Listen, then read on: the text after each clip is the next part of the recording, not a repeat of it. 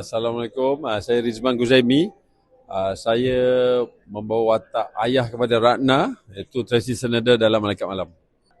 Okey, pengalaman saya rasa satu pengalaman baru dalam Malaikat Malam ni sebab tenaga kerja terutama daripada pengarah sehinggalah semua pengarah, kita punya pengarah fotografi, semua yang muda-muda. So saya rasa satu pengalaman baru sebab banyak idea-idea baru dalam filem Malaikat Malam ni. Idea-idea baru dari segi teknikal.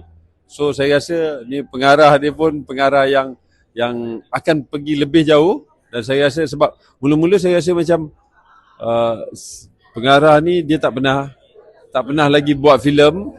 Dia biasa buat skrip filem. So bagi percubaan, tapi hari pertama scene tu saya tengok shot-shot yang dia bagi tu, saya impress. Sebab saya rasa ini adalah satu benda yang baru dan yang bagus. So untuk filem ni saya rasa best lah, tim semua terbaik.